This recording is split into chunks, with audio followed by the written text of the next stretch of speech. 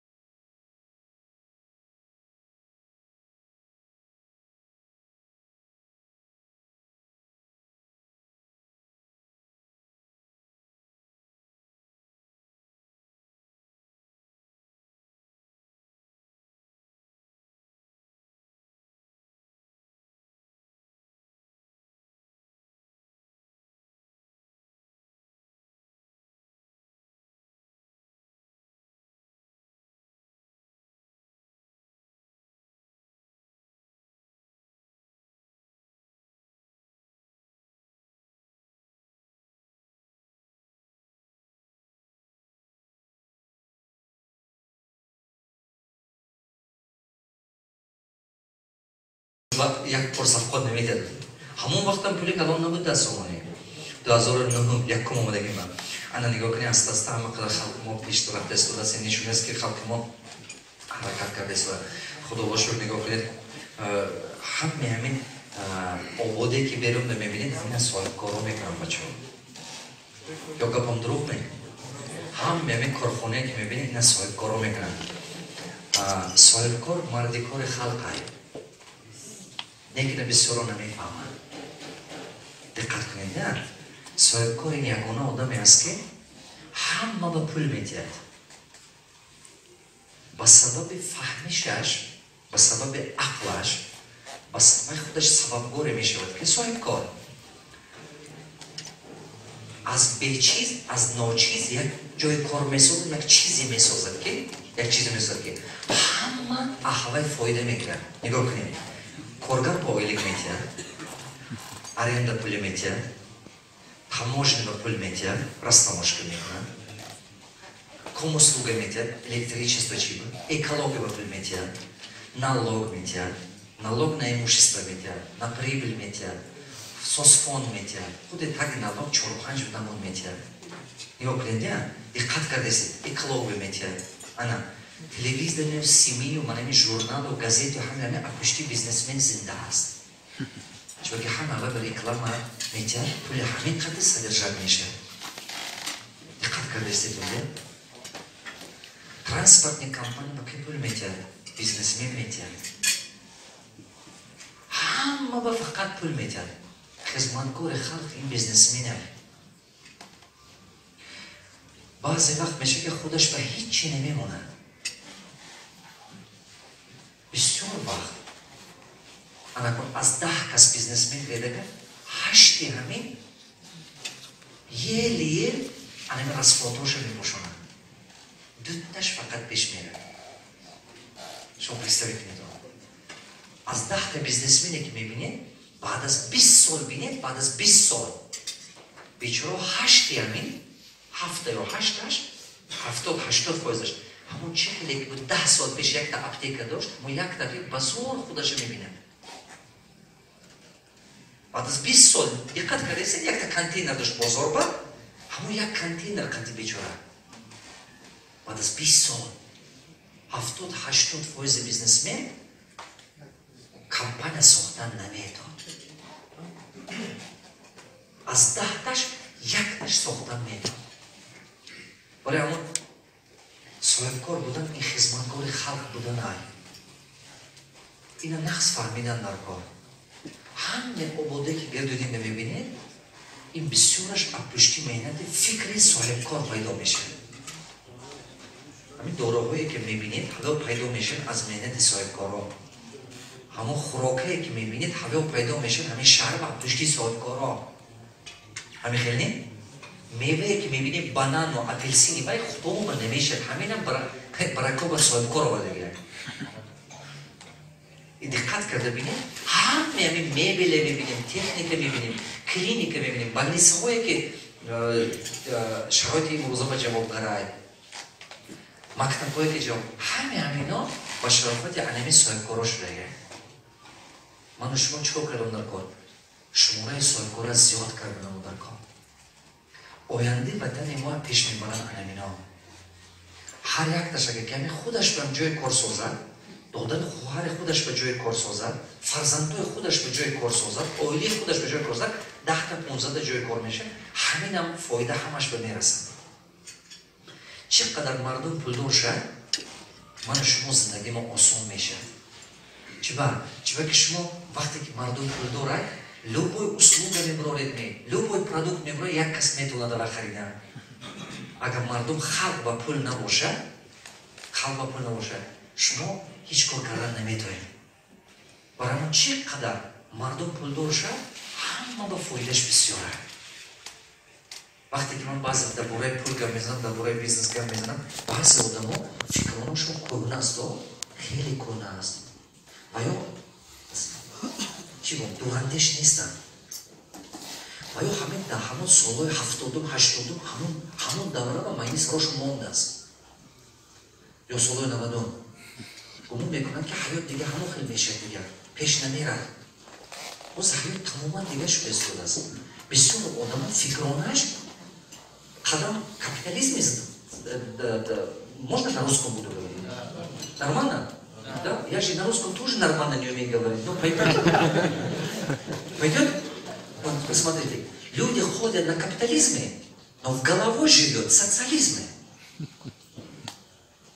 Вы понимаете, они в голове еще до сих пор там. Они до сих пор измеряют своими мерками, как тогда. Это самая большая ошибка. Поэтому многие люди не просветают, многие люди, они, знаете, они жадные, бахил. Як только смо побачив свасавод мети, я говорю, малем шмо, а меня хамай пулдура йод мети ни нас не, шмо аква пишу его пишу, я муммише. Говорю, як только ами бизнесмени баубурмана на меня позаду. Мам, там, значит, вы чувствуете под ногами уже слабость, правда? Як только бизнесмени бахуват, я мне тоже к стуманка помогу. Мам, там, значит, вы чувствуете, что вы теряете рынок. Подговка, не, мам, там, нет, я знаю. Вы относитесь к категории динозавров. Знаете, кто такой динозавр? Они все умерли. Потому что не могли адаптироваться. Есть очень много крупных бизнесменов, которые сейчас уже великие компании потихонечку забирают у них доход, по чуть-чуть. Много мелких компаний, которые потихонечку забирают их доход, доля рынка. Они уже чувствуют, что не зарабатывают как раньше. Они до сих пор методы используют как раньше, питаются. Раньше бизнес благодаря чего жил? Благодаря ресурсам.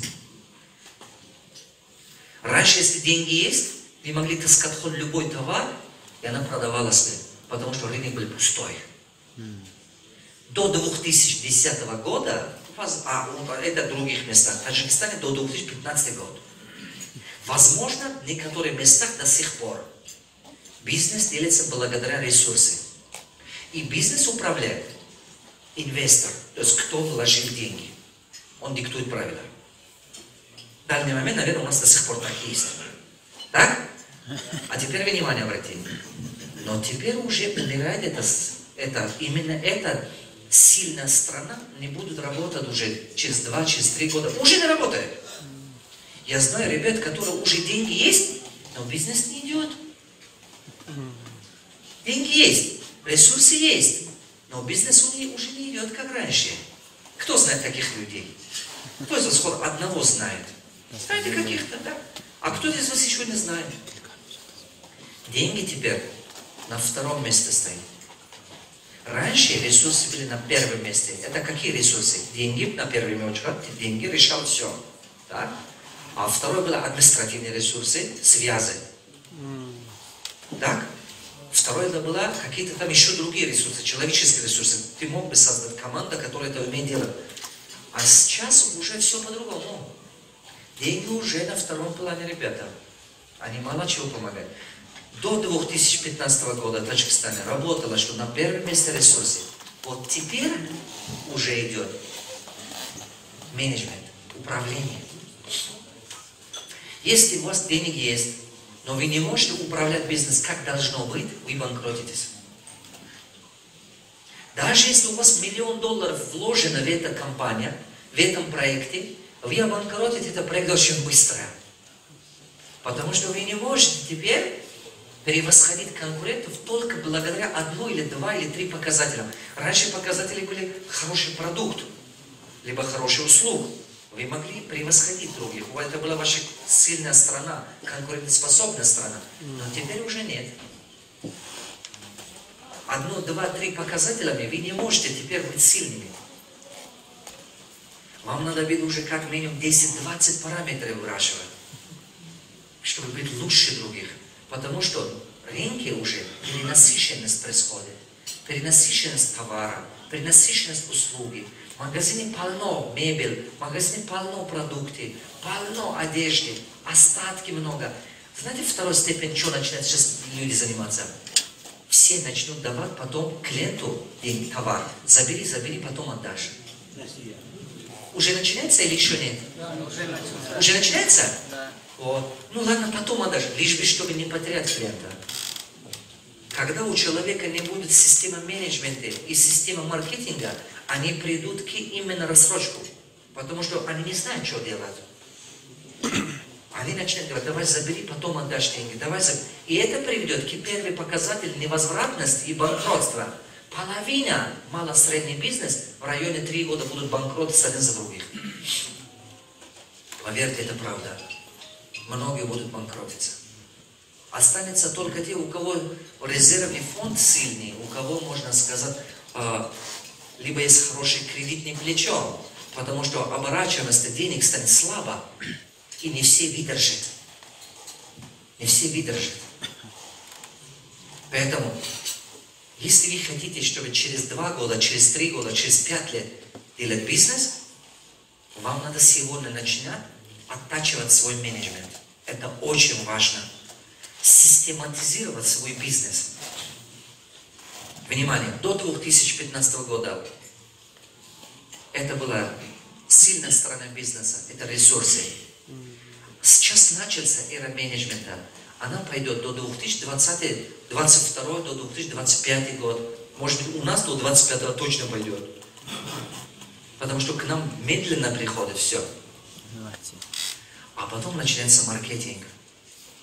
Но я считаю, что если кто-то сейчас понимает эти вещи, начинает сразу готовить себя, готовить свою компанию, чтобы он был на этот переходный момент очень адаптирован, сильная команда, хорошая система, именно система, чтобы управлял.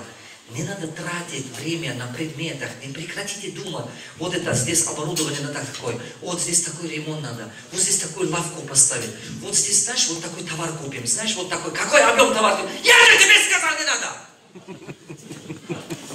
Я знаю, так работаете многие. Согласны? С утра до вечера в голове решаем задачи. А эти задачи повторяющие, завтра опять надо делать, послезавтра опять надо делать. И на нервах. Вы понимаете? То есть ты начинаешь думать, ты начинаешь мыслить предметами. Одно деталь. Таким образом, через 20 лет даже у тебя бизнес не появится. Я сейчас по-другому объясню. Хорошо? Начните уже сегодня мыслить, как построить систему для развития своего бизнеса, чтобы у вас система работала. Кто-нибудь из вас, ребята, мне поможете снимать тоже для моего телефона? Вот, чуть-чуть снимешь. Вот, ты можешь? Ребята тоже сними, хорошо? Чтобы это же весь мир должен видеть. Красиво снимать, улыбайтесь, ребята, ладно? Чтобы все думали.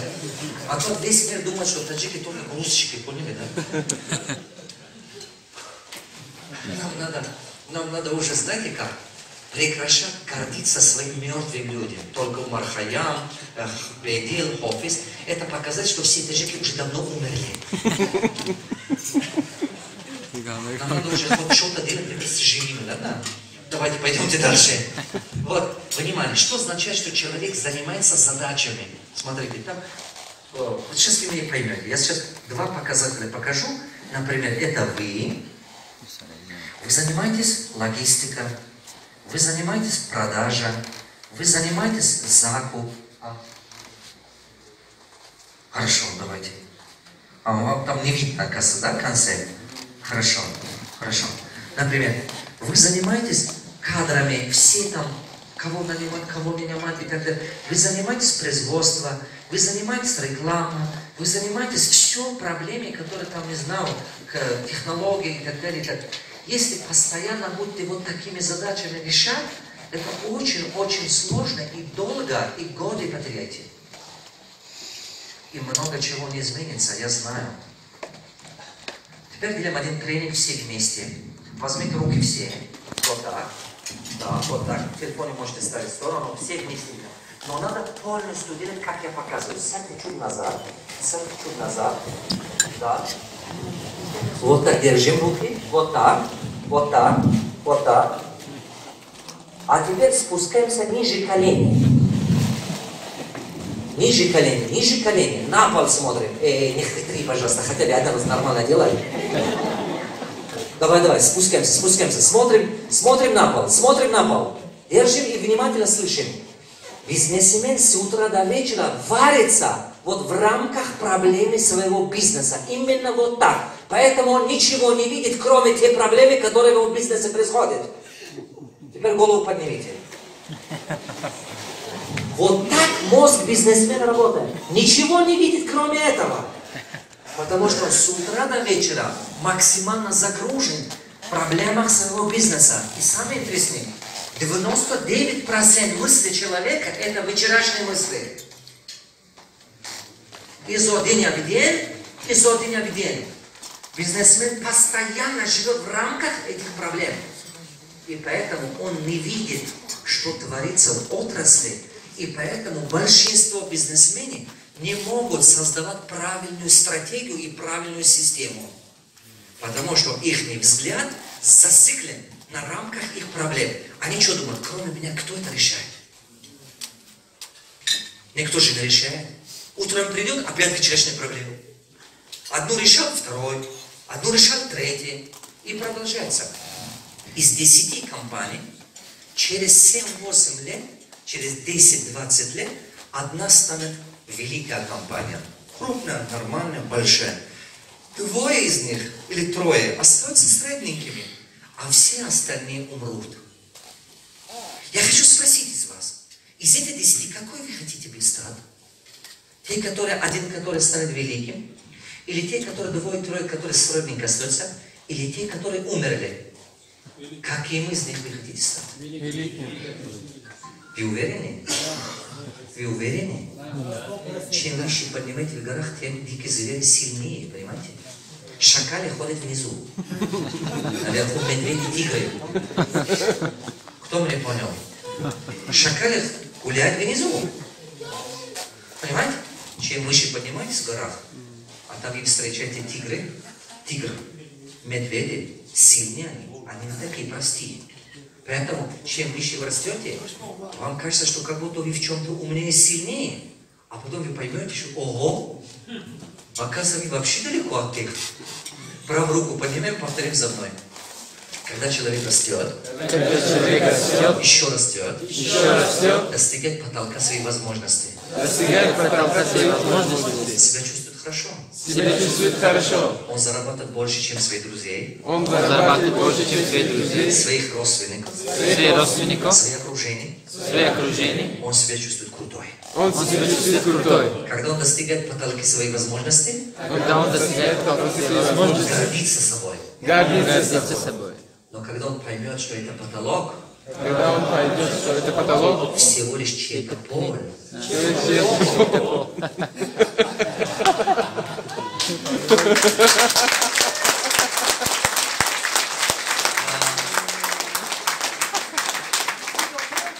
Всегда помните. Да, разве не так? Все вокруг видишь своих друзей, чуть-чуть больше зарабатываешь, ты начинаешь радоваться, ты восхищаться.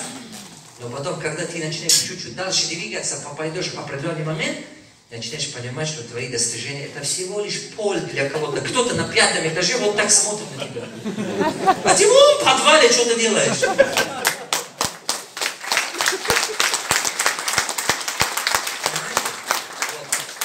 Теперь внимание, я сейчас что хочу, чтобы вы, самый важный урок, который сегодня хочу, чтобы вы усвоили, вы должны научиться думать системно.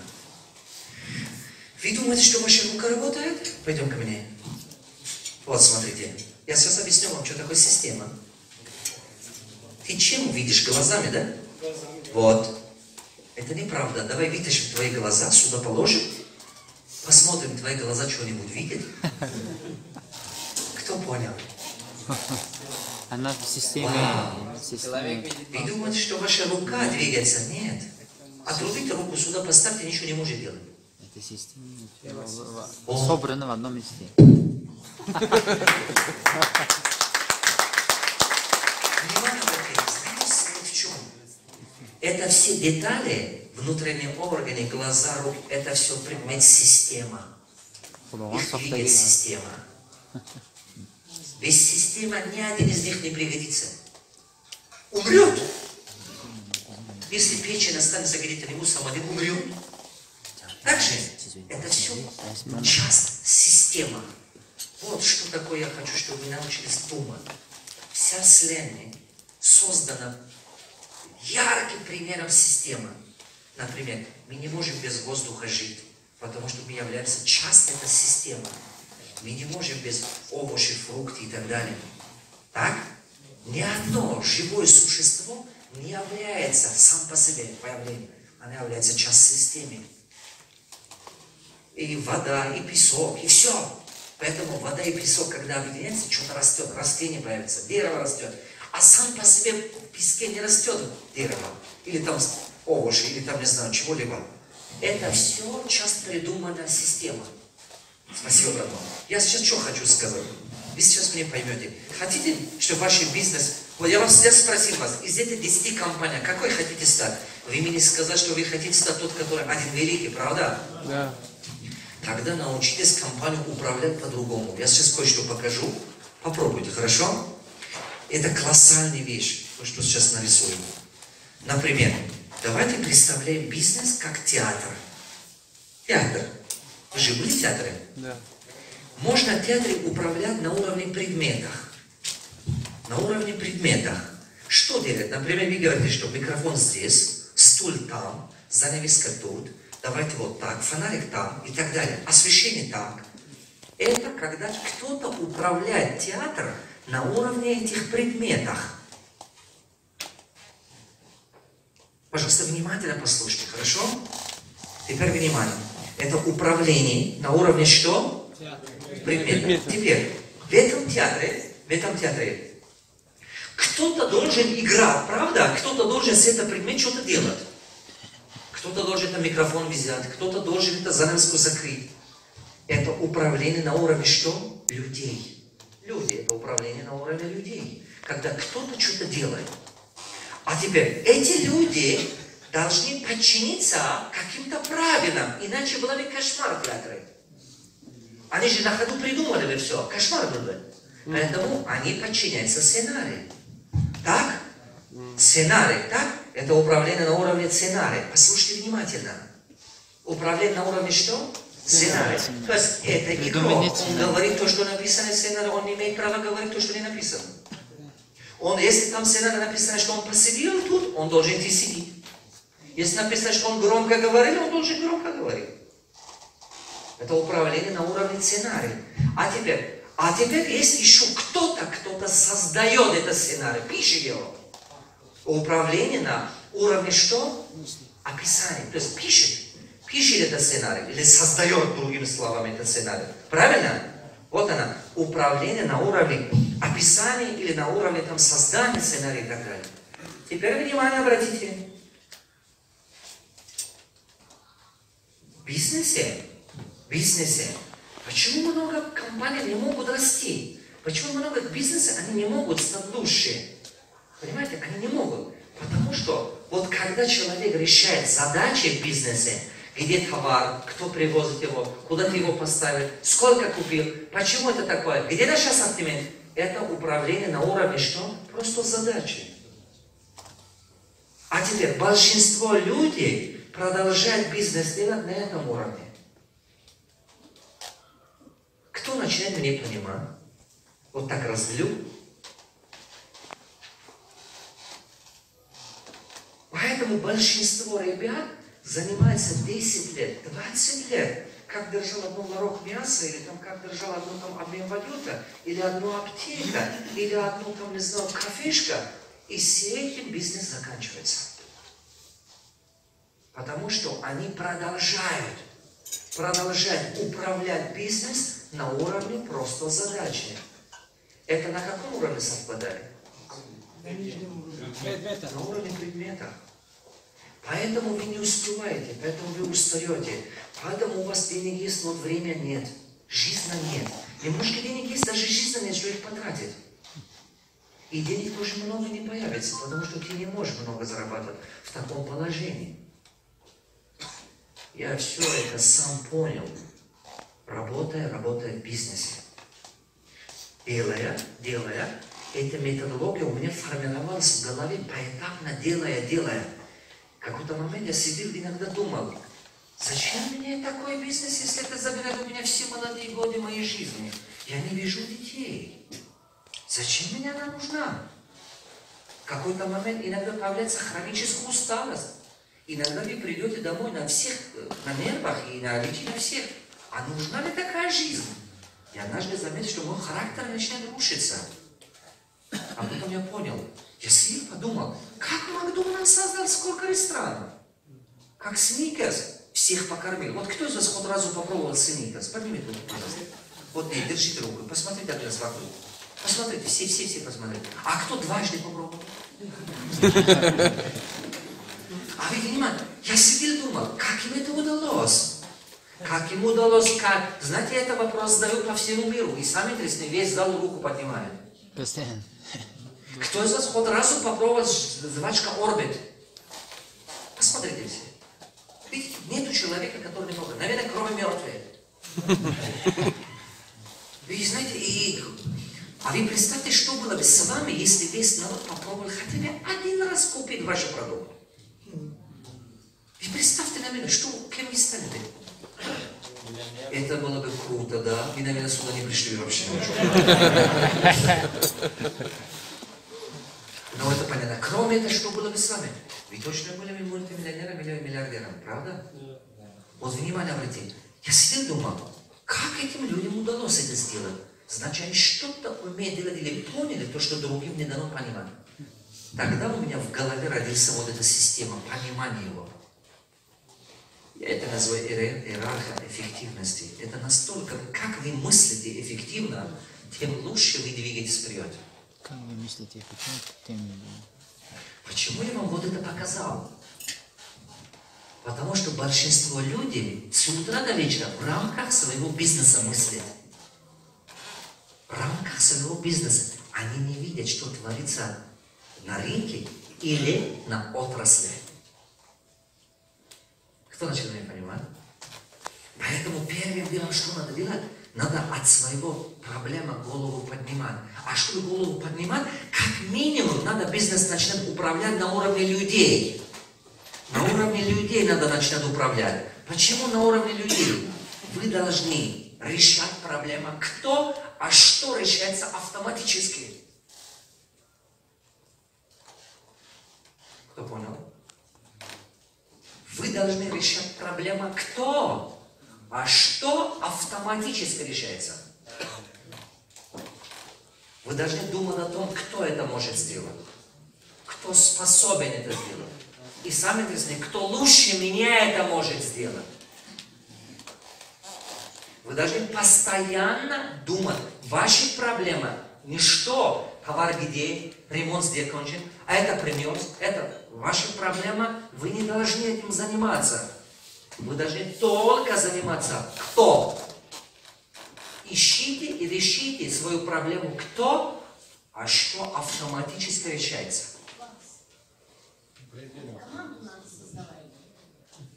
Да. Это так. Вы начинаете меня понимать? Вот, а большинство здесь сидят, это уровень что делать. А это кто будет делать? Кто начинает понимать меня? Чтобы вы могли свою голову поднимать от проблемы бизнеса, чуть дальше смотреть, видеть отрасли, надо как минимум прийти на это, как минимум.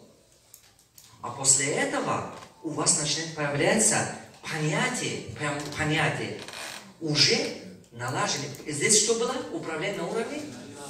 Сценарий.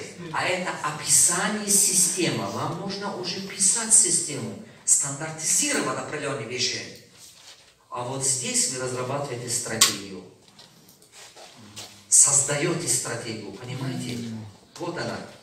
Вот здесь вы создаете определенные правила, определенные стандарты, определенные вещи.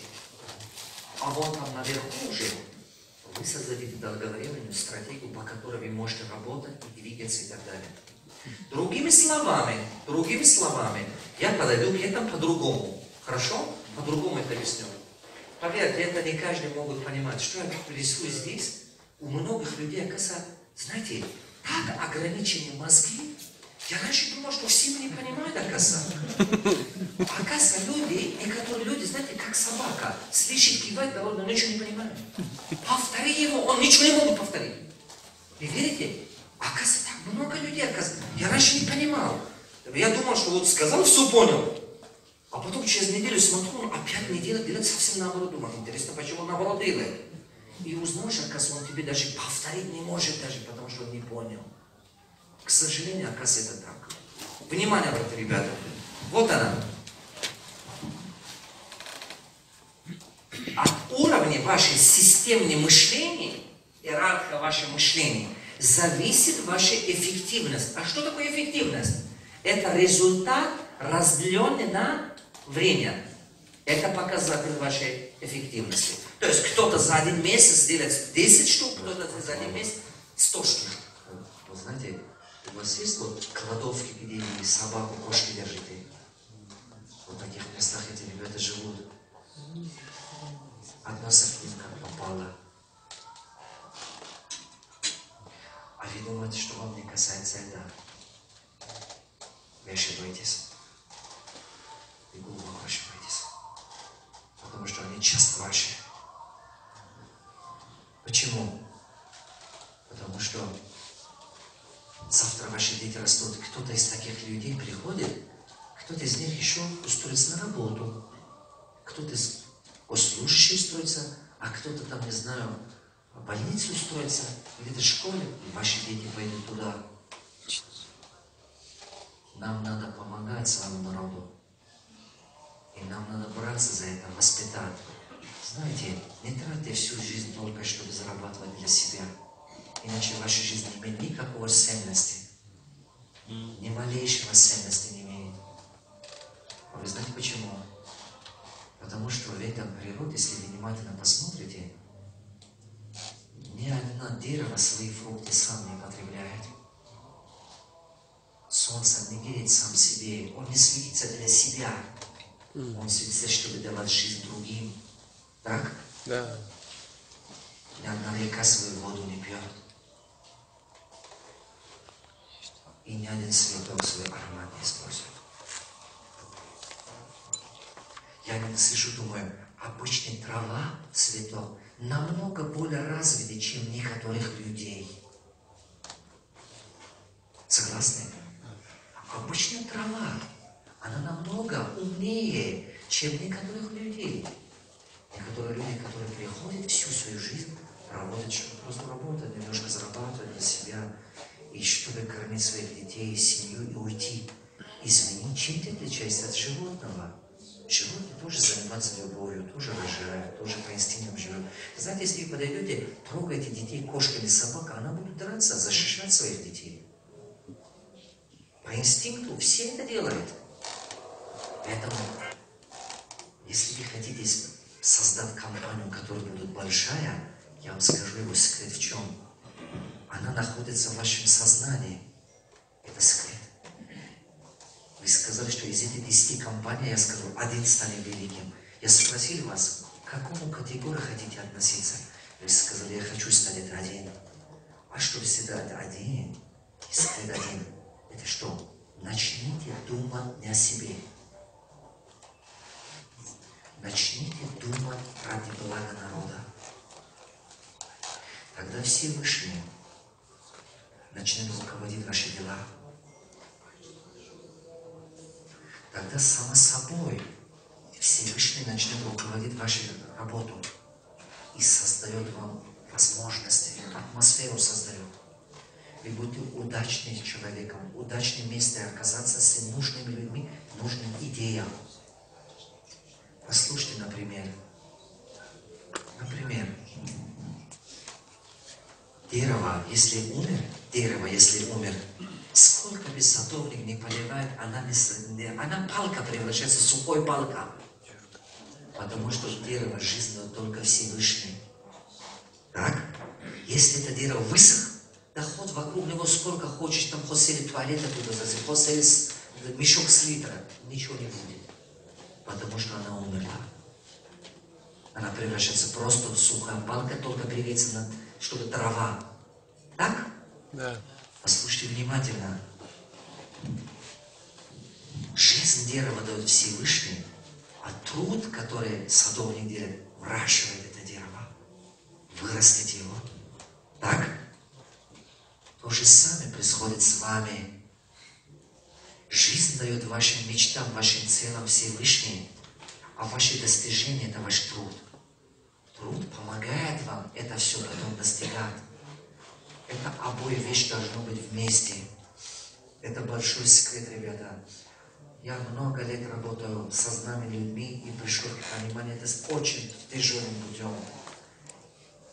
Это действительно один из секретов, который много успешных людей с трудом добились. Но они выражать это даже не могут. Большинство успешных людей, подойдите, скажите, дай совет. Знаете, какой совет он даст? Делай что-нибудь. Не бездельничай. Будь воспитанным. Стань хорошим человеком. Богобоязненным стань. Но конкретно что делать не может сказать. Большинство так. Поэтому начните приходить пошагово вверх. Пошагово вверх. Отказывайте. Если вы хотите делать бизнес, откажитесь только ради себя.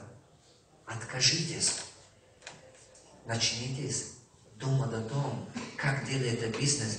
Вы могли бы действительно принести пользу большому количеству людей. Когда вы начнете так думать, сам Всевышний начнет руководить ваш бизнес, руководит вас. И тогда Он дает жизнь этому цель, этому мыслю. Это как тот садовник, да? Аллах дает жизнь этому дереву, а труд выращивает дерево. Понимаете, Всевышний дает жизнь вашему мыслю, а ваш труд, она начинает помогать вам это достигать. Один без другого не работает. Я видел много успешных людей, которые стали богатыми, ребята. Но у них богатство было одно плохое. Знаете, что было? Бесполезно вам собрать деньги. Почему? Это вы, это ваш сын, это ваш... Кто это? Внук. А вы знаете, что почти 99,99% состояния растворяется на третьем поколении. Исчезает.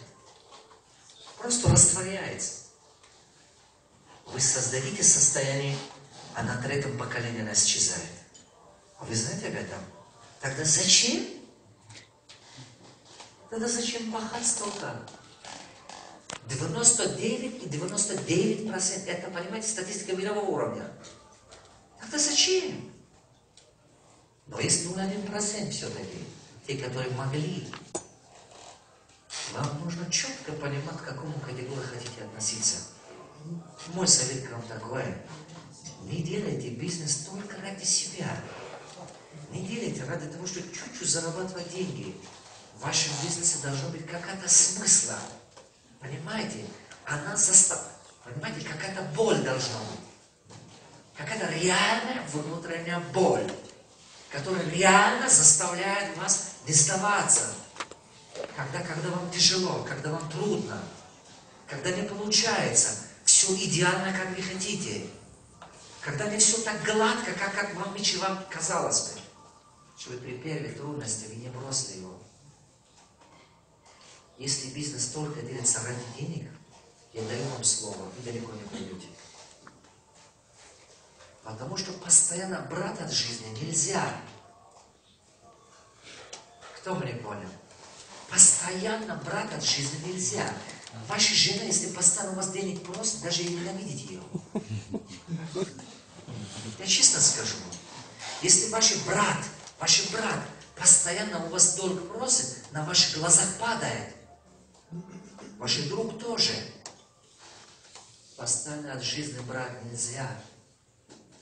Есть мера, где надо знать. Закон жизни сначала давай, потом бери. А народ наше большинство наоборот. Фермер что делает? Закон жизни, она фермер. Посмотрите, что делает фермер? Давайте путь фермера, отследим путь фермера. Что делает в самом начале фермер? Сначала готовит землю. Готовит землю. Еще ничего не сеет. Потом сеет. А потом ухаживает. Согласны? И сколько времени ухаживает? 3 месяца, 6 месяцев. Так? Вот где-то. А сколько времени займет сбор урожая? 10 дней. Вот она, 10 дней. Вот здесь. Вот это он собирает.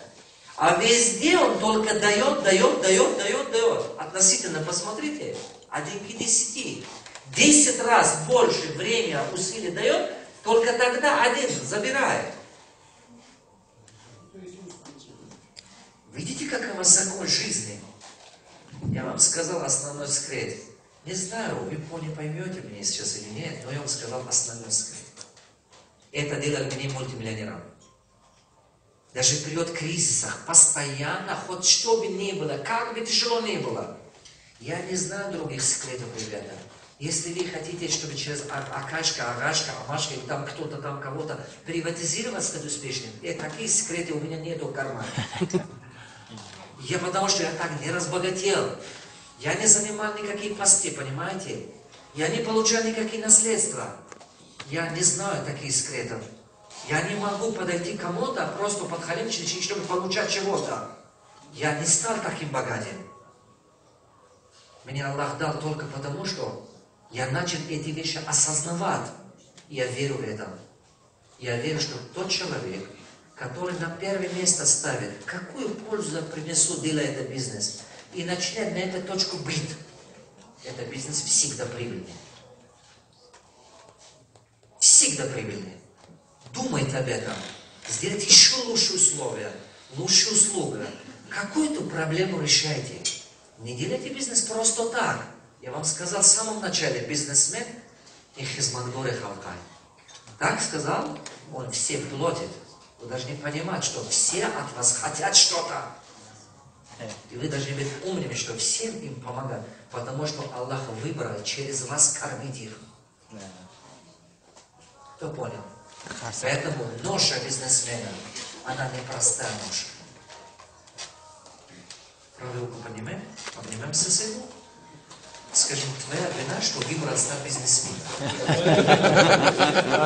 Теперь нечем жаловаться жизнью. Теперь нечем жаловаться жизнью. Выбрал свой бизнесмен.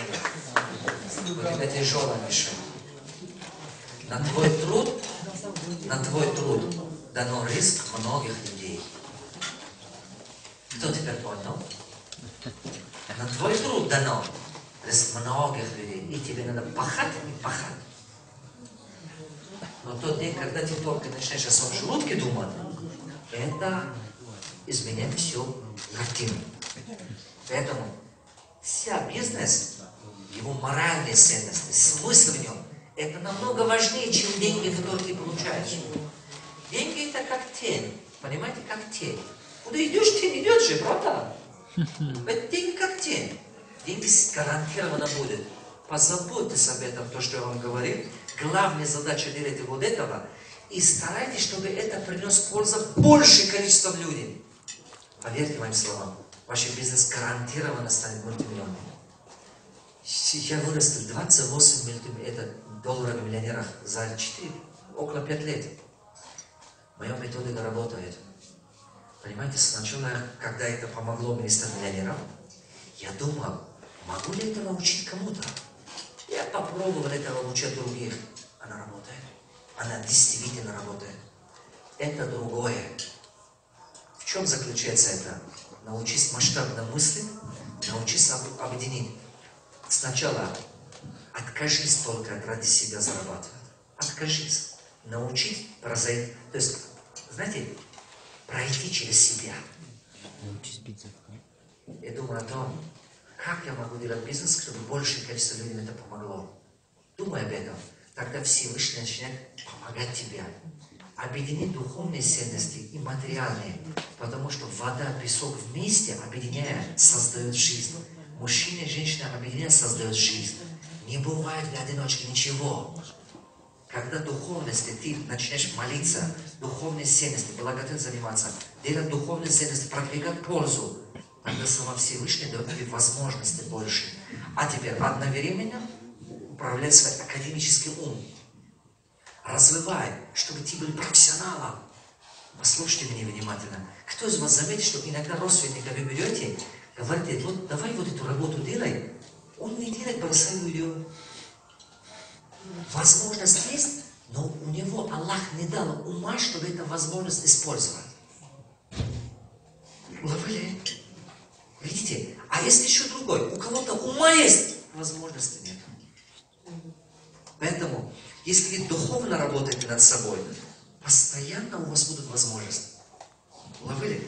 А если вы умственно развиваете, вы будете профессионалом, что когда эти возможности появятся, вы будете держаться за них и их что использовать.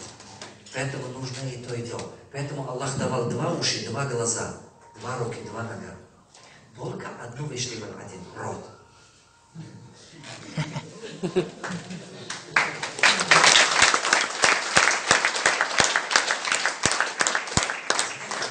Я всему, чему учусь, я учусь от природы. Я постоянно над этим размышляю. Потому что в Коране где-то читал каком-то суре, тафсир в Коране, что было написано. Видите, мы создали для вас примером. Я думал, ух ты, вся секрет в этом мире, в этом мире вокруг есть. Надо их искать. И я начал об этом размышлять постоянно. Годами работая над этим направлением. Я начал видеть те вещи, которые обычный человек не видит. Это правда. Я начал заметить те мысли, которые в голове обычного не появятся. Поэтому посмотрите на природу. В природе все есть. Давайте, например, мой совет вам. Живите по философии Земли. Эту философию я так называю себе, я так живу, я тренирую это в себе. Она мне помогает. Я расскажу вам, если вдруг вам понравится, практикуйте, вдруг вам тоже поможет. Что такое философия Земли? Она всегда под ногами, не над головой. Но от этого она беднее не станет. От этого она меньше не станет. Не пытайтесь быть выше головы других людей. Если кто-то не уважает вас, не обижайтесь. Это уровень его понимания. Но если это задел вас, значит вы внутри бедный человек. Значит вы не собой владеете, кто-то владеет вас. Другие управляют вами. Значит, вы зависите от мнения других. Если кто-то уважает вас, вы хорошо себя чувствуете. Если кто критикует вас, вам плохо. Если кто-то хвалит вас, вы вообще растаете как мороженое. Вас управляют другие, а не вы сами. Вы внутри такой пустой мешок. Пустой мешок не стоит, понимаете, что-то надо заполнить, что она стояла. Вот понимаете, вот это очень важно понимать. Философия Земля, смотрите, люди бросают мусор, люди плюнут туда, они все плохое делают туда, в конце концов. Но оттуда растут цветы, оттуда растут. Понимаете, самое красивое, я не видел, что из Земли что-то не то выросло. Каждый раз, как это тренирую в себе. Я вам расскажу, как я это тренирую в себе. Жизнь думает, что у меня самое сладкое. Да нет. Вы что? У меня больше проблем, чем у вас. Жизнь у успешных людей больше забота, чем обычных людей. Понимаете? Им придется больше решать. Если вы решаете задачу на $100, мне придется на 100 тысяч. Если вы задачу решаете на 100 тысяч, мне придется на несколько миллионов. Поверьте, это правда. Я каждую неделю решаю, который стоит от 50 до 100 до 200, до 300 тысяч долларов. Каждую неделю. Придется их решать. И каждый из них риск. Понимаете, 90% порой люди, которые вы верите, они не оправдывают вашу веру. 90% ваших планов, которые ожидались вовремя, не реализуются. Или не то пойдет. Продукты, которые вы думали, что она классно будет, выстрелит, не выстрелит. Но вы потратили кучу энергии и денег. Вы постоянно находитесь на грани эмоционального срыва. Вы постоянно находитесь на напряжении того, но это того стоит, если вы едете чему-то великому. Кто мне понял? Понимаете, философия Земли много помогло мне в жизни и до сих пор помогает, всегда помогает. Для меня не важно, кто что, как поступает. Много раз мне пользовали мои партнеры, много раз мне подвели мои сотрудники, много раз мне бросили, обманули мои партнеры. Но я по отношению никому из них никогда плохого не делал, потому что философия Земли мне помогает. Я никогда не видел разрушительных действий. Потому что от земли всегда растут цветы.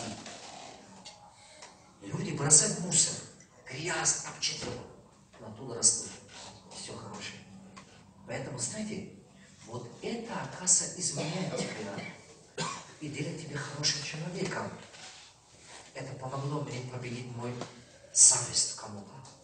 Это помогло мне победить все плохое, то, что было внутри. Иногда так больно, правда. Но ты глотаешь как горка или лекарство этого. Думаешь, нет. Это может быть испытание. Железо. Когда станет железо? Когда через огонь пройдет и холодную воду попадает, превращается в стал. Так? Ты закаляешься. И это хорошо для жизни. Хочешь быть мудрым? Тогда переживи трудности, станешь мудрым. Кто понял? Это правда. Станешь очень мудрым. Придется вот так. Почему я эти вещи вам рассказываю? Вы мой народ. Понимаете, я от чистого сердца говорю. Я действительно от чистого сердца говорю. Если хотя бы один из того, то, что я говорю сегодня, запомнится у вас. Хотя бы один мысль. Если вы в жизни практикуете, поверьте моим словам, она вам хорошо поможет.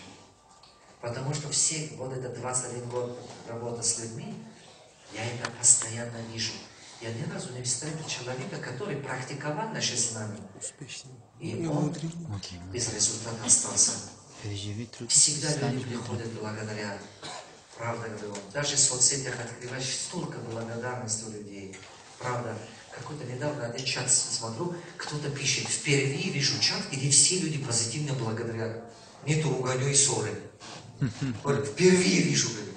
Почему? Потому что, наверное, ко мне приходят на тренинг только те люди, которые что-то в жизни осознали. Ко мне не проходит человек, который вот такой. Такой он мучается внутри. Потому что ему тяжело меня слышать. Понимаете? У него внутри так трудно. Знаете, он мучается. Поверьте, я вижу, люди сидят, иногда попадают. Он так мучается, что у него лицо то краснеет, то чернеет, то так. Он мучается. Он то ходит, курит, входит, заходит, сидит, как будто у него черви внутри там. Некоторые мне говорят, иди домой, отдохни, брат мой. Это же тебе не надо. Он говорит, нет, мне нужен, я знаю, что мне нужен. А вот у меня пара вопросов. Я говорю, задавай мне, что ты мучаешь, скажи мне. Я тебе отвечу на них. Потому что у него убеждения другие, понимаете? У него жизненные ценности другие, у него убеждения другие. Поэтому он мучается. Я постоянно вижу, уже понимаете, годами, годы работы. Если вы к врачу идете, уже врачи с симптомами смотрят, руки трогают, глаза так делают, смотрят. И сразу начинает нам приблизительно на 50-70% говорят, что, наверное, у вас то-то. Даже аппарат не отвезет. Правда? Потому что опыт работы. У меня тоже самое. Поэтому, дорогие мои, соблюдайте те вещи, которые я сейчас говорю. Не относитесь к ним, как будто это не важно. Поверьте, однажды соблюдайте вещи, вы станете очень богатыми.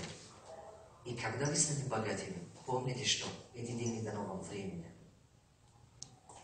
Всегда помните это. Эти деньги всего лишь вам дано временно. И ваша задача успеть делать что-то хорошее, что-то классное. Нельзя их просто так тратить. Ну ладно, дом построил. Ну и что? Ну ладно. Ну дальше за пределы дома что-то надо делать. Потому что крыса тоже дом строит.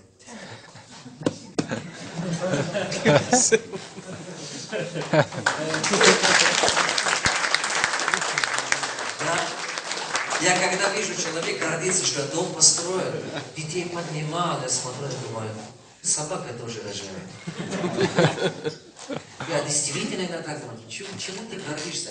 Эти вещи естественные вещи, ты понимаешь, это для этого ума не надо.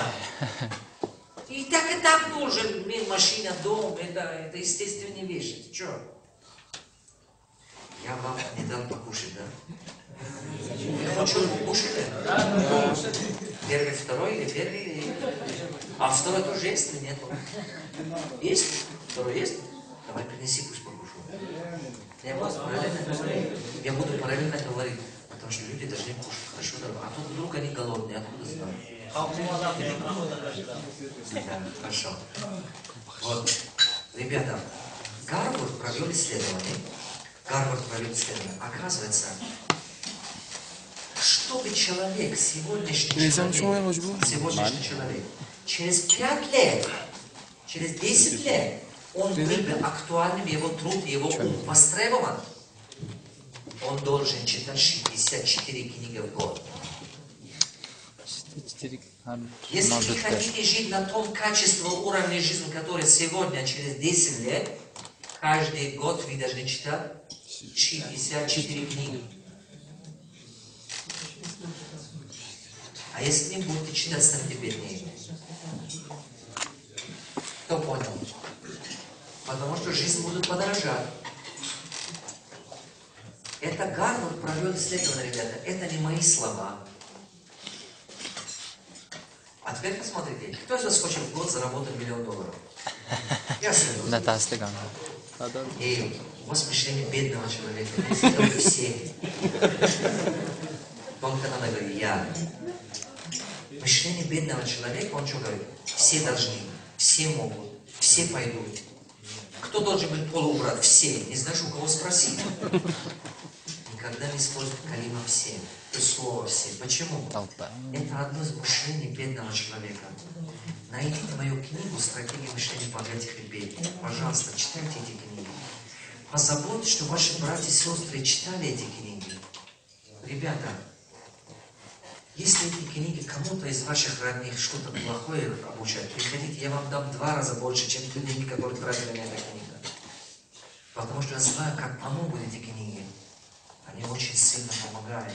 Потому что они написаны с таким правилом ценностей, которые легко можно их понимать. Позаботьтесь, что ваши братья и сестры читали. Почему? Потому что если вы вперед пойдете, они не будут читать, вам тяжело станет с ними. Кто столкнулся с этим? Ребята, вам будет трудно с ними. Знаете, как будет вам тяжело? Вы не понимаете этого. Я в себе испытываю сейчас это. В 2002 году я собрал все свои родственники. В 2002 году готовили плов, как обычно у нас. А потом всем рассказывал. В тех годах был котон. В тех годах это котон давал 1 тонна соларка и писал 2 тонна. Представляете? И если 1 литра соларка была, например, 2 сомы, он писал 4 сомы. Иногда 6 сомы, 3 раза дороже. А если тонна волокна хлопок, она была $1300, он ему брал $800. Он заранее давал моим родным, моим родственникам, они за работы жили, соларки и так далее, и заранее оценивали их хлопок. Знаете, я всегда на это все смотрел и плакал внутри. В 2002 году, когда вернулся, я собрал, я видел же других стран, я объездил много, я вернул все свои родственники, собрал им, сказал: ребята, мир меняется, надо начинать делать бизнес. Представьте, в те годы $300 можно было делать бизнес. $300! Потому что квартиры стоили $700-800. Я им сказал: знаете, может быть, у нас у всех денег нет, но мы можем, у каждого из вас $50 точно есть.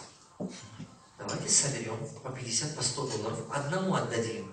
Один из них супер шеф-поваром был. Раньше вот Зиде был, если помните, там из перевала Айнезы спускайтесь, это было внизу, там был этот кафе был хороший, постоянно люди. Вот там шеф-повар был мой двоюродной брат. Я ему сказал: ты же долгие годы шеф-поваром работал, давай тебе откроем столовую. И мы все соберем, тебе откроем. А следующий месяц, или через 2 месяца, все соберем, тебе откроем, потом тебе соберем. В конце концов, один мой родственник, у меня 4 родственника гаишники. Как раз вы в ГАИ работаете, и знаете все акимата. Вот эта дорога Худжан-Гафун пустой был в те годы. Я им сказал: пожалуйста, просто угости кого-нибудь, или что-нибудь там на чай подай, поможет какой-то, хотя бы, дай мне хоть здесь хотя бы 10 соток земли бери, она тебе поможет. Вы знаете, что мне сказали мои родные, когда закончил? Я когда закончил, все смотрели на меня и сказали: Сайдмурод, здесь не Америка, ты что? Вы представляете, как будто я им что-то плохое советовал. Когда закончил, они мне говорят: послушай, здесь не дадут тебе работать, здесь невозможно. Почему? Почему? Вам надо начать. Никто меня не слышал. Я делал 2 раза эту вещь. До сих пор. Видите, много людей платят деньги, чтобы я с ними разговаривал. Так или не так? Да. Вы сейчас платили или не платили? Платили. Но вы платили только за еду сегодня. Когда вы придете на мои тренинги, вам надо платить, чтобы не слышать. Так или нет? Да. До сих пор люди платят. Сейчас моя консультация, люди платят $500, сейчас с ними разговариваю. Понимаете? Мое обучение годовое стоит $10 000. Люди платят эти $10 000 с радостью. Потому что это помогает им миллионы зарабатывать. Это помогает им такие компании создавать. Вот такие. Понимаете? У меня есть ученик, который платил мне $250 000. Он пришел ко мне и сказал: наставник, я зарабатывал $700 000 в год. Помогите мне заработать больше миллиона. 3 года его научил. 3 года. Он сейчас зарабатывает в год больше $3 миллионов.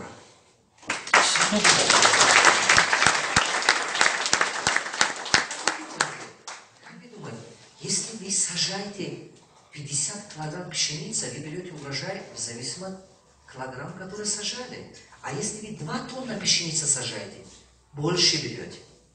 Согласны? Это закон природы. Ты потратил на $100 для своих мозги, столько и умнее станешь. Ты потрать на свои мозги больше, еще больше умнее станешь. Знаете, ребята, почему я стал другим? Потому что в 96 годах я никогда не забуду. Я ходил в Москве на тренинги, платил. Знаете, я брал долг, ходил, платил. Я контейнером, грузчиком работал у этого азербайджанца. Я помню, тренинг стоит $8000 рублей. 625 рублей были $100. $8000 рублей это около $1300. Худжанты, мой двоюродной брат, купили за $750 трехкомнатную квартиру в 13 микрорайоне. Вы представьте, я иду на 1 день тренинг, плачу эту сумму. Больше, чем 2 квартиры. Я пошел туда, платил на тренинг, свил. Самое интересное, Ничего не на русском не понимаю.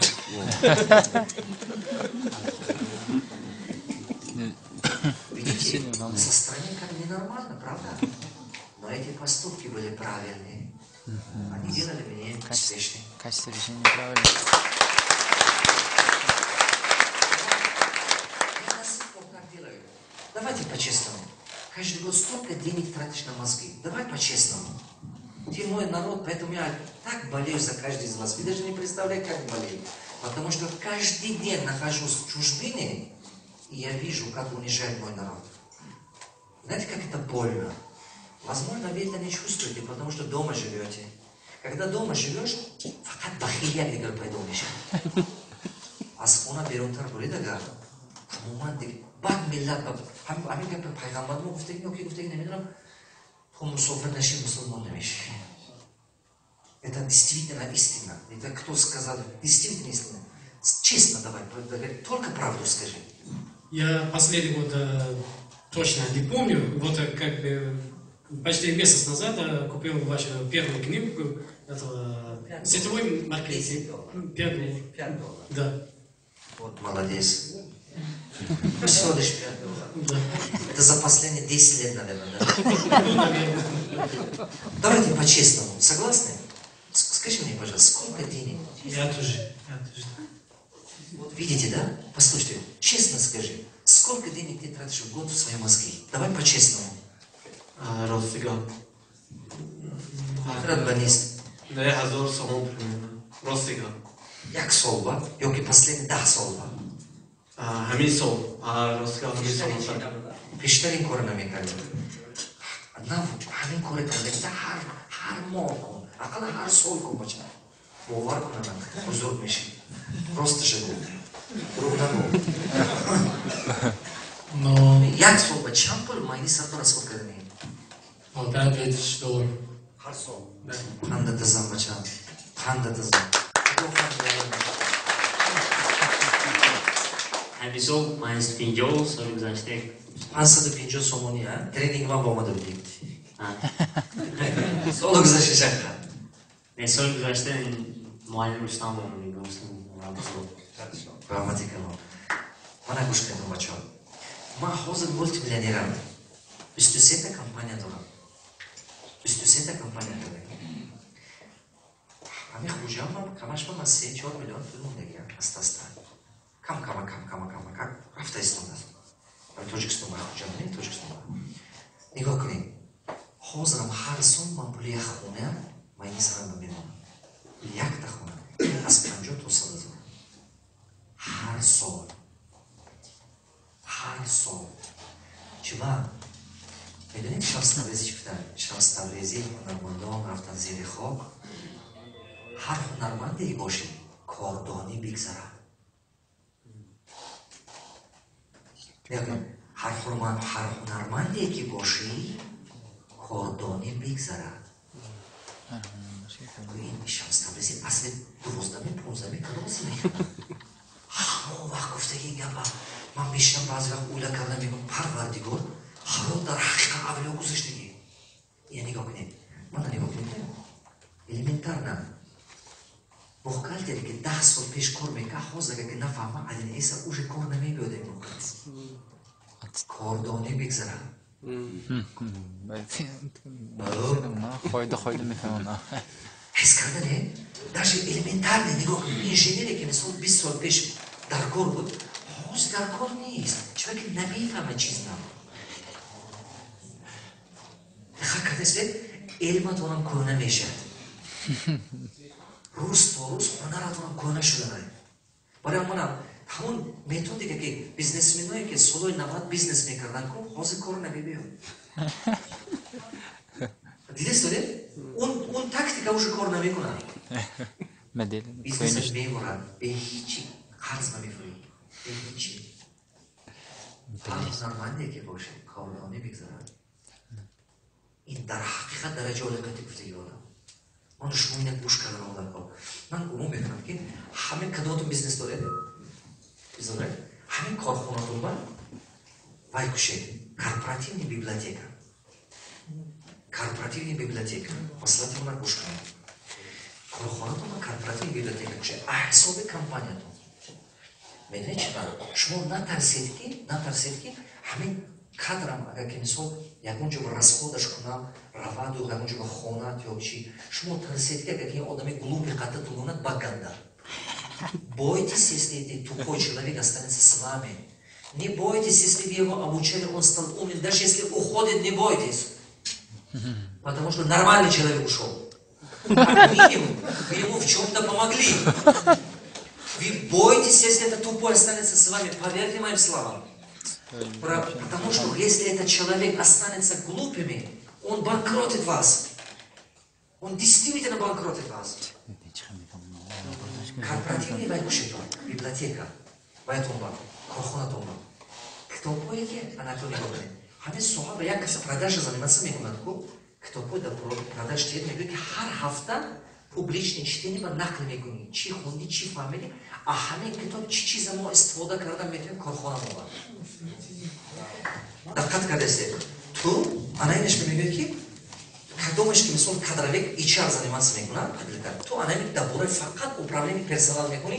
Чӣ чиза, ҳамин чиза мотиватсионный дохил кардана, чӣ хел наказание кардана, чӣ хел система, анами чиза нақл мекунӣ. ҳар ҳафта публичное чтение. 10 сол пеш аз ҳамин ман ҳамин чиза внедрят кардам корхонамда.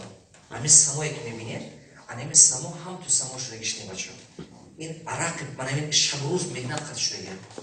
шабҳое ки дар вокзалу дар аэропорт ман гузондагим ишудагия. бовар кардам.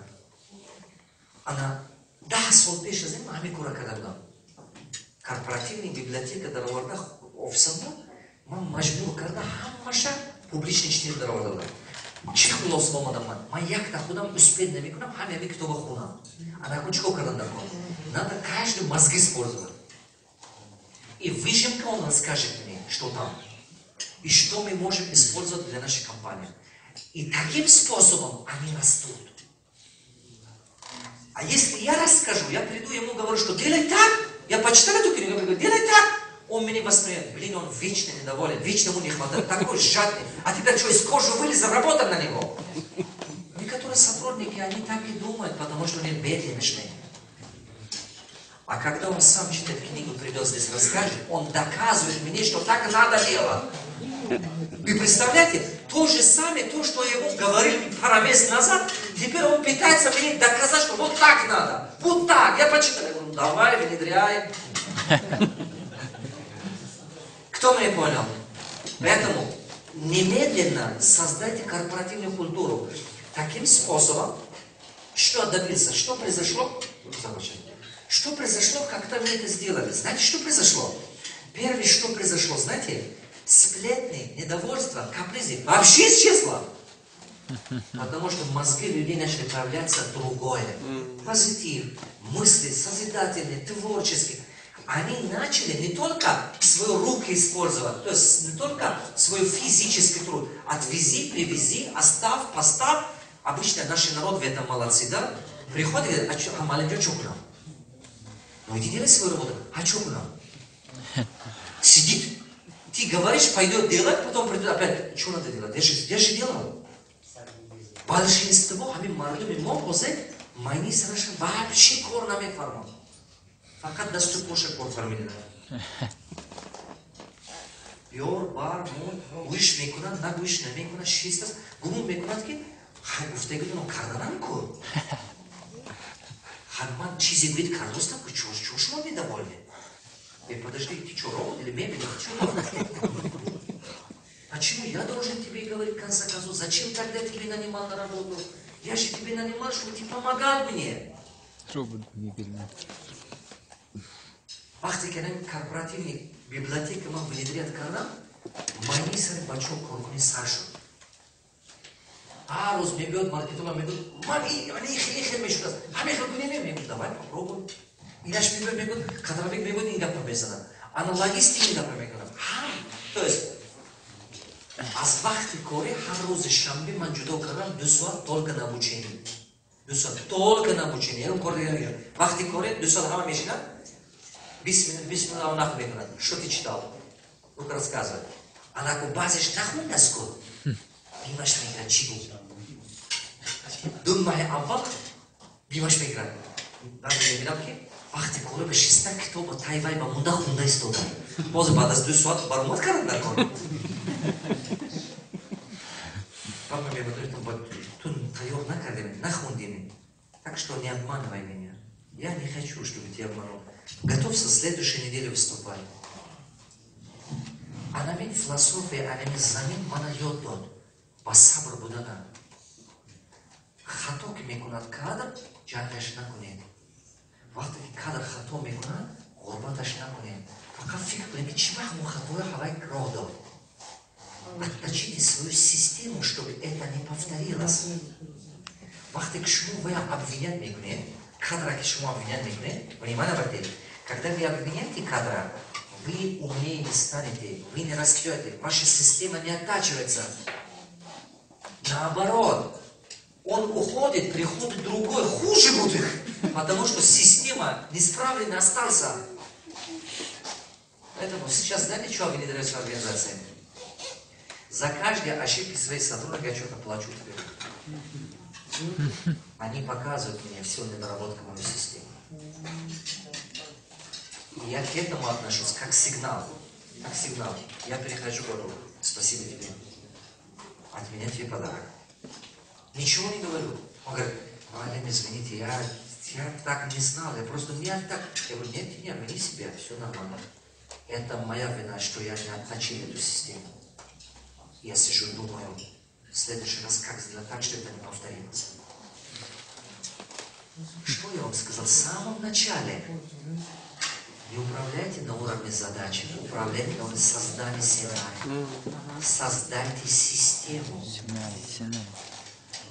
чтобы ошибки не повторились, браки не повторились, возвраты не повторились, кадры, утечка кадров не повторились.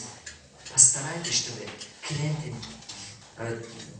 возврат не привезли, недовольство их, отработайте их, не относитесь к этому так. Кто начнет не понимать? Видите, как все взаимосвязано? Отлично. Корпоративная библиотека немедленно внедряет бачок. Немедленно. Хона то его нами торпили. Можно хона посмотреть.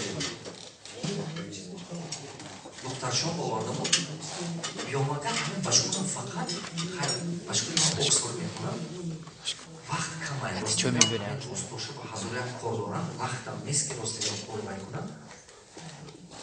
ولی هم سپورت هم چی؟ اگه وقتی که ما کلان شدم قشلاق ما کار زمین میکردیم. گوب داشتیم، مال داشتیم، همه کوچگی همش سرگردانی من بود. من مکتب میمونم مولا خبرگیر، گوفا خبرگیر، اگرات دارم همین در کار بود است. اکنون اوله کرده میکنم به حد در کار بود است. همین چیزا خاراکتری من از زکایت کرد. То есть умственный труд школы, физический труд это труд. Ами физика самим ба меҳнат кардан, санг ба меҳнат кардан хӯрдан. Ҳамин ман ба ёрдам кард. Акҷо ман фаҳмидам ки ман ба ёрдам кард. Ман нақл ба шумо. Ҳамин ҳамсинфҳои ман ба 4 та алочи будем мо. 3 та 4 та алочи будем. Ман синфи беба будам, 2 та синфи аба буд, 1 та синфи беба буд. Кругли алочи мехондем мо. Ҳамин 4 кас ҳама мо алочи мехондем. Ягон предмет 4 набуд. دیگران بودن اکنون 5 تا کس دیگه 4 3 میموندن 4 و 5 میموندن بعد دیگه همش همین سه را واسه سه خون با هر یک سه تا یک تا دو تا دو خون بود سه شما میخواد بود میاد видите это статистика مقصدی که там چی انا کو 4 تا مالو چی میدیم کو سال 95 وقتی که من مکتب میدان تمام کردم من 3 تا مکتب با استودنت شدم پول نداشتم که خودم نتونستم خوندم من پارت گفتم 3 تا مکتب Политехнический вуз в Душанбе, музыкальная академия Малайми Худжанба и Малайма Хегиуба, студенчество Магару. Man part of them все это вуза, человеки пул надошта какого. Просто барой хаме зиндаги пул набуд. Инчи ман студенчество Душанбе, ман рафтам ба политехнический выбор кардам, там живем, ба якуни ман дарс бобуронам, диге ба дарс part of them дарс. Солой 95 қиин буд бачаҳо, ҳозир зиндаги дига хела. Вайсулу дар ҳақиқат қиин буд. Мушкил буд, бовар кардам мушкил буд. Ман дар Душанбе будам, медидам деоқай. Хонаи хешбачаҳо зиндагӣ мекардам. Меомадам шабу шарм мекардам. Чунки бечора ба школи худашо ба зур номедод. Қиин буд. Ман шарм мекардам, азоб мекардам. Барои ход мактабамон партофтам. Анакон, вай мо 4 кас будем буд. Вай 3 дига. Ҳар 3 студент шуданд. Якташ мошин зада шуд гардаш. Дути дигаш якташ висший медицинский школа студент шуд. Якти дигаш медицинский студент шуд. Ин гапи ман 24 сол пеш. Ако ҳам ту нигоҳ кунед агар ҳамон муддатва у меня будущее не видно. Оянда вообще непонятно, что будет. Чуваки, агар нахонид, дар кӯча мемонед. Вай ҳар ду ҳамсинфи ман ҳар душ мактабҳои беҳтарин ва висши медицински школа и мединститут это супер вузе. Ман дар кӯча ҳамон бачаҳое ки сехону духун буданд мебиёд ҳамсинфҳо бегаи ба ман дарсошна кор мекунам, математика ошна. Ва меран вуз дават мекунам. Ман дар кӯча ба ман гашта саҳаре ба шир мефурӯшам, малака берём гуфта. Шир қаймоқ мефурӯшам. Аз Султонобод яфтар биёмон ман бочкаҳо ба шир оварда ва ба Душанбе ба Гипразен ба гашта анин дом ба дом шир мефурӯхтам. ё ки аз Регар ангур оварда мефурӯхтам, ё аз манаи Фахробод баъдан Регар орд оварда фурӯхтам гуфтам. Ва як рӯз фаҳмидам ки ин хилқати ман это не моё будущее. Ин хилқати ман ҳаёта ман дигар кардан наметавонам. Невозможно, просто невозможно. То, что зарабатываешь, кушаешь и все. Это нет будущего. А какой ничего ты не гапал. Хаму вах хали харду хамсин фиман уже вайо. А как там то хаму вахта ба нигоҳ кунед, бояд ки имрӯз ба ман неудачник бошам, вайо успешный бошам. Так же. Ана ко 24 сол спустя. Як рӯз як ташаббуҳ хӯрам, мединститут ҳам кард. Вай действительно кала будохе. Мехед мо якҷоҳ меход дарс таёр мекардем. Меҳмедҷон чӣ кор мекунӣ бомада? Мегӯяд ки ман духтури кор кардем ё не? Не, кор намекунам. Гуфтам подожди, ту мединститут мо чӣ кор истодӣ? Ҳамин пӯст фурӯхта истодем. Ман чӣ кор карда истодӣ? Пӯст фурӯхта истодем. Ман ҳамон соле ки абитуриент мегӯяд мана ту пӯст мехарӣ. Ҳамин қассобо мехарӣ мефурӯхт афғоноба. Ҳозир ҳамон кора карданам. Бё хаб кун, нахуд ки ту 24 сол ҳамин кора кунӣ. Гуфтам бё овар бида ҳамин хелкинам алам каши чӣ бар? چرا باید با خدا علم رو بگیر نخود تو همین علم خور کردی نخود تو همین اپس علم نرفتی تو میفهمی که یک قسمت خدا میتیاد آدمو پر زوره قدیم علم نمیابد من با پیشم با آدمو هست که اومده گه یک زنک ما پیشم $300,000 آورد همین نیبری من یاد تیموده من حتی نیبریش گفت زنم من نمیخیر من گفتم خدا من این کار کردن نمیتونم ممکن 10 سال در کار که من نیبری تیتایی کنم من وقت ندارم برای فلوتم در کارم مید من 10 سال اون کارم نمیگذارم همه اطراف گفتگی شهرش هست همه زنک یک دیپلم $300,000 که همین نیبری من یاد تیم من گفتم اطراف خدا نداده سیدم خدا نداده باشد من هیچ کار کردم وقتی که همسه فهمیدم که این خیلی پسند باور که همه قدر عمل کرد چرا که شما میفهمید که پول زوری قطعی علم گرفتن نمیشه و خدا نتیره پول است آدم پولدار که میخواد بچهش دانه باشد نگه میبردش ووز بهتره بمیمونه ولی ابرزمانی میگیرد نه که عقل نمیگیرد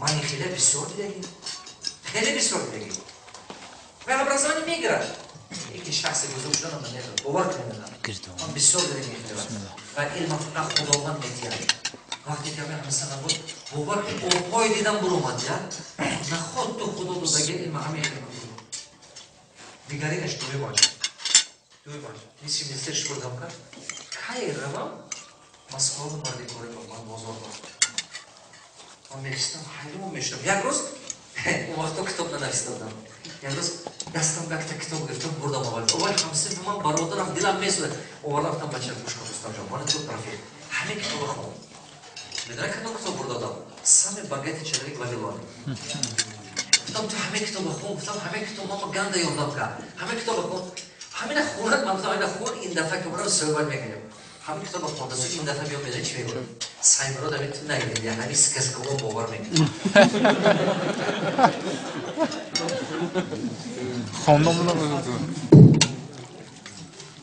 با من گفتم میدونی رستم جان همین حیات همش افسانه رو داره نه که فقط افسانه هر کس هر خیلی بعضیش افسانه خوشبخت بعضیش افسانه غمگین вся жизнь это сказка наверное но у каждого своя بعد فهمیدم که باید من نمیفهمم باید دیگه شده است بعد فهمیدم که его убеждение уже другие باید دیگر چی با همین باز نقل کردن історія باز باید що буде با میسی شده همین نقل چی با کردم شما میدونید چی بود وقتی مکتب میانم رو میخوندیم یک تا отличие داشته من دیگر بودم آوریم какое отличие باید هر سیتش یک خیل برامد و حیات من دیگر خیل برامد چباکی یک کاری که من میکنم با اون نمیکنم من شما بگم چیزه علمین فرزندان ما شما دقت کرده یاد دیدم مردم خوشش شما با فرهنگ نسبت بسیار دارش اکول جسمانی خالی کرده فقط مکتب ناز خوش شد بچم کارم در کار نه کارا خودم میکنم همین داداش میرفت خودش چاپ میزن خودش کار میکنه که همین بچه کار نکنند که فقط نقص کنند اما با هیچ که در زندگی بسرم بود همین من مجبور خودم میکردم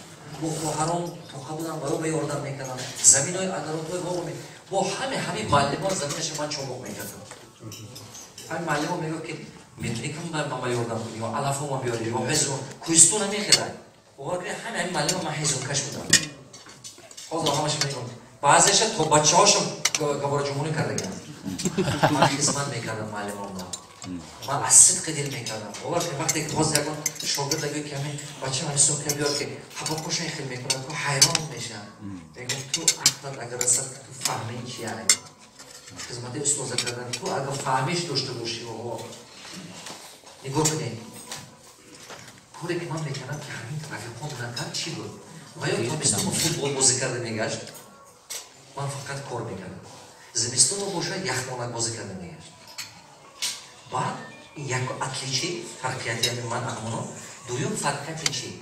من اخبارم قرآن خواندم و یا نخواندم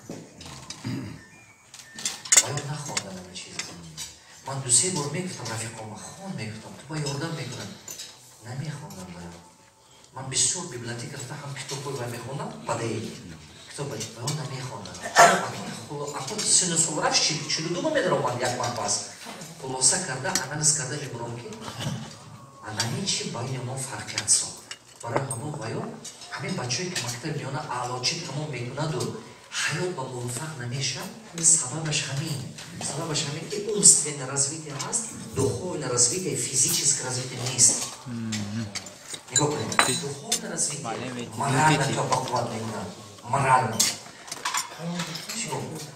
حیات باید مضمون پیدا میکنیم она физическая нагрузка воля выносливость и характер воспитывает характер مشکلی اثر گرزوندن فقط میکنیم она большой алочи тамом карда су индучини аста при первой неудаче сломается при первой трудности сломается нигоҳ кунед сехуно бинед сехуно ҳаёт ба муваффақ мешавад акси чӣ ба характераш бақувват вай ҳар рӯз танқид мекунанд вай уже пусташа ҳафт шуда мегирад вай уже эмоционально не боится проиграть сехуно чорхуно бисёр жабри муваффақат акси чӣ ба акси ки ҳаёт ба уже не боится проиграть вай наметарсад уже калонам надорад а ин бечури алочи боится критика ман худам ки мактаби оно тамом кардам а ҳама чиз бадтариле кунам багод что скажет брат обидится мама вообще ругает все если дядя узнал что будет ҳамин критика мо ба дараҷаи олиш я аз ҳама одами баодоб метарсад критика бош мегӯяд айбтарсад ҳамин гапо дурӯғай бовар кунед шумо айбтарс нашед худотарс шед гапи мана фаҳмидем фаҳмидам айбтарс ки будасо худотарс ман разнесаши мегӯм шумо худотарс ҳама вақт кори дуруст мекунад поэтому ему ничего стыдиться перед народом айбтарс пеши одамо бо кори нақз мекунад тихи ки рафт худаш ки токамон какое делать шоҳо дурӯғгӯя сар мекунад токаба дуздагӣ мекунад фермгари мекунад худаш тоқаги ба коғаза приделат мекунад ҳамин партнёра фер мекунад ҳамин тоқатиба пайдо мешавад ягон кас публични кора намекунад охир ягон одаме диде ки пулишна гуфт ман дуздӣ кардам дуздӣ тиха мекунад ҳаробоза тиха мекунад ана худотарси одам анамо если вы читаете что и богобоязнение она осознается наедине отказывается от плохое и баъзе одамо намоз мехонад бин ки хамсон намоз хунданад ҳеч ки намоз нахонад ки мегӯяд биё рӯз мондашта пага мехонад богобоязнение одам вай дигарай айбтарс наче ин гапо дурӯғай айбтарс шуед шумо ба страх критика будет расти у вас очень сильно когда вы будете постоянно стараться бояться мнения других людей будьте богобоязненными и вам нечего стыдиться перед людьми да ничего даже если они все узнают про вас ну что пусть узнают вам нечего спрятать там кто меня понял им бихат шумо бақувват мекунад медонед чӣ қадар одами тур шавед ко дарони дилатон бақувват виҷдонатон бақувват имонатон бақувват медонед ҳунаратон қувват мегирад вақте ки дурӯғгӯ шудед фиребгар шудед ко ҳамаи кортон пуч пуста семечка вылезет рано или поздно все равно вылезет поэтому не верите ҳеҷ ҳамин гапом ягон чи худотон ма гирифта намебошад ё ма шумо хӯрдам мондам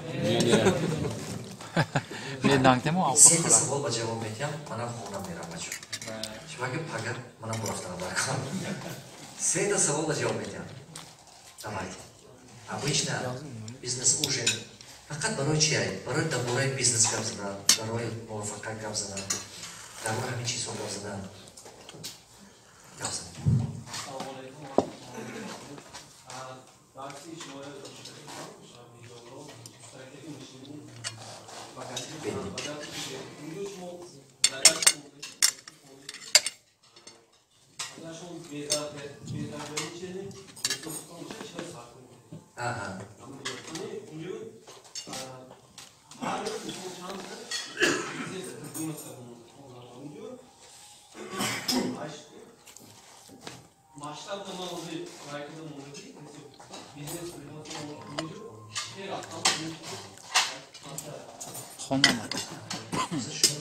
абстрактно общее.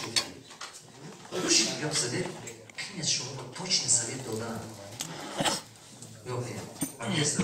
Общий совет. Что общий где? Общий, конечно, что совет. Чего? Она не говорит, что мы бизнес-идея, да? Бизнес-проект, да? Нека примерно как бизнес. Бизнес не чи сам еще такой. Я говорю, диету можешь дать? Бизнес маркетинг сам еще. Маркетинг, изучение рынка. Я горе пишу вот. Я ду стороны монеты меня ду тарафлорат. Два стороны монета. Изучайте. Нужна ли потребителям вот это, то, что вы хотите делать? Вот, послушайте до конца. Нужна ли потребителям вот это? И начните изучать, во-первых. Вторая сторона монета. Будет ли он покупать его по такой цене, как вы можете это преподнести, и по такой качеству? И сколько штук? И сколько раз в год? А ничего посылал, как чего вы в посадите. Нужен ли это потребителю? Второе. Нужен ли это ему по такой цене? В таком форме? В таком качестве? Будет ли он купить это? Может ли он купить это? Послушайте, будет ли он купить это? Может ли он купить это? Дальше. Будет ли, может ли? И сколько раз? А сами уже цифры рождаются. Бат колко пешмена. Бат план рождается пешмена, а остался колко пешмена. Бизнесмен что михой? Коли тогда, а мне мастер-классу на я подход. Я галачью бегли, а мне в дегу на бегамичку подобно. Человек как создать рынок, можно делать там конкретные технологиями делать, как это делать, как это изучать, как это делать, понимаешь? И потом как стратегию создать, понимаешь? Все конкретно. Я говорю, город пешка. Мана пешка? Да, мана.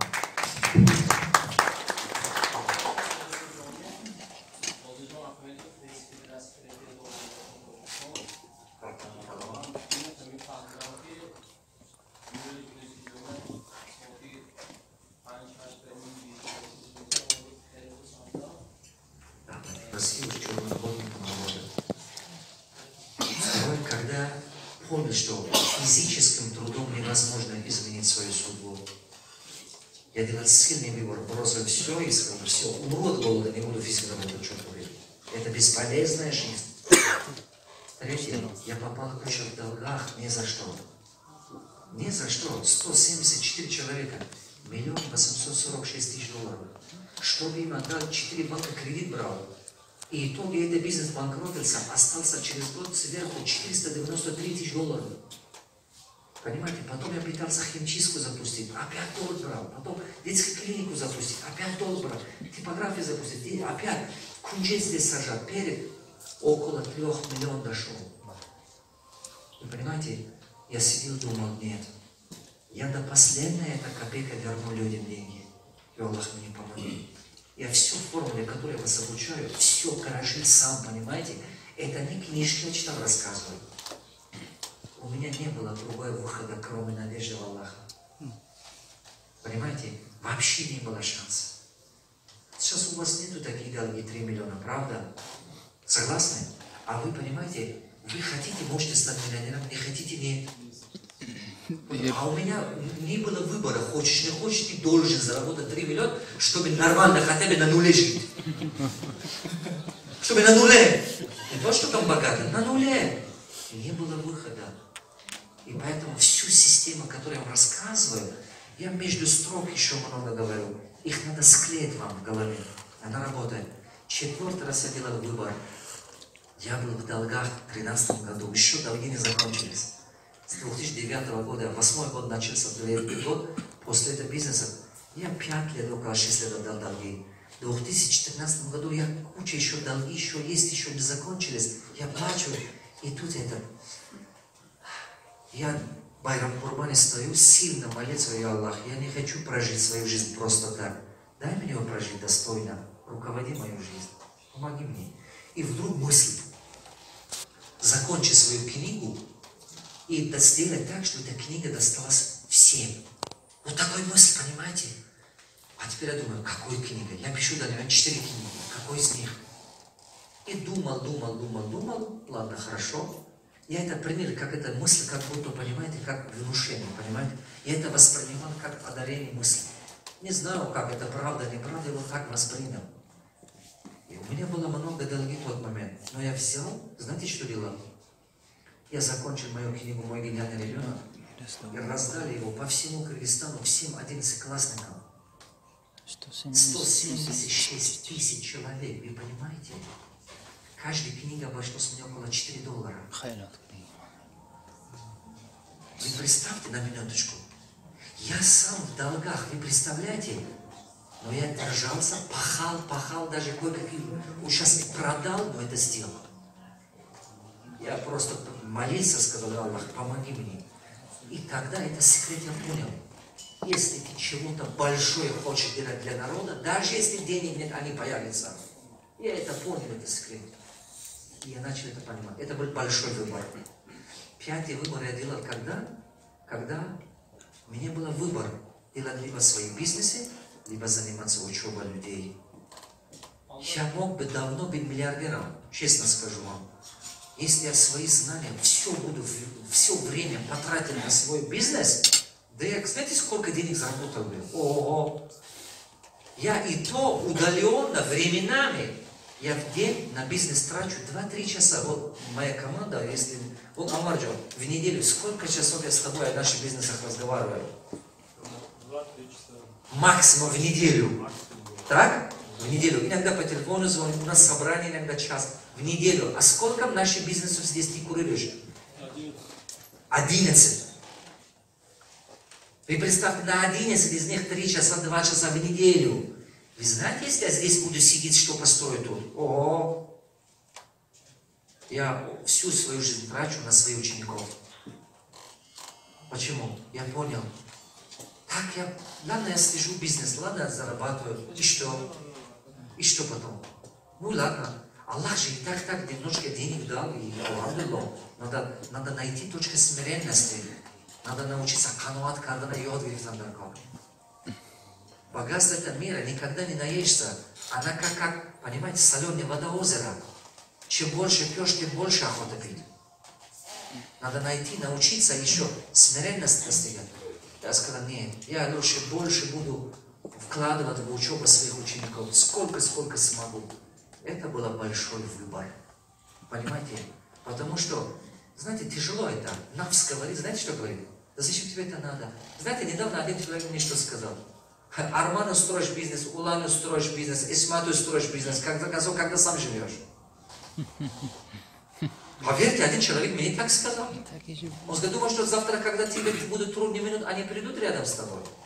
Кто-то поможет тебе. Мне так и сказал один человек. И она пожилая женщина, бывший депутат она. Я сказал: я не знаю, но у меня есть один человек, который заботится обо мне. То есть одна. Это Всевышний, не человек. Есть один, кто обо мне всегда заботится обо мне.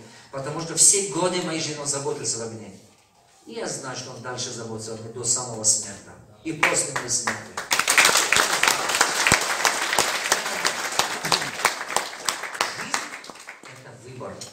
Выбор. А все то, что происходит в вашей жизни, это последствия вчерашнего выбора. Сегодня вы здесь, потому что вы выбрали здесь быть. Так? Поэтому, пожалуйста, это выбор. Каждый раз, когда вы делаете выбор, принимайте решение, исходя из великой мечты, великой цели. А не исходя из того, что сейчас вам выгодно. Кто понял меня? Принимайте всегда решение, исходя из того, из великой мечты, великой цели, а не из того, что сейчас вам выгодно. Это немного не изменит вашей жизни. Вот. Ракови. Коре шмо коре хазель нест. Вам назменно. Чува, шмо харакат карда, шмо представить кунетля, а с обычным бача шмо чемпиона сохранить. Ягон фарзан dunyoga чемпион, бетрейли чемпион нашибас. Югапам хатомера. Хаме сфере шумо бы ягон инсун чемпион шугега без тренера. Ман надидям. Ман надидям ягон одам хундан навистан акалам беустоз ёд гирифта бошад. Говорка ман надидям. Як каси ала ёд дод, каси хамо ҳарфа каси нишонаш дод. Ягон каса мекора накарад худаш.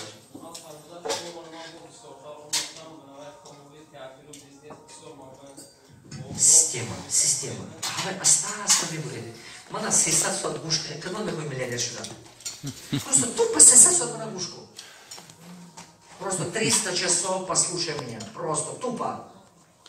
Майонез сразу тайёр мешавад. Ранги ками деҳқон замина тайёр мекунад. Майонез сразу мышление миллионер тайёр мешавад. Бовар мекунад.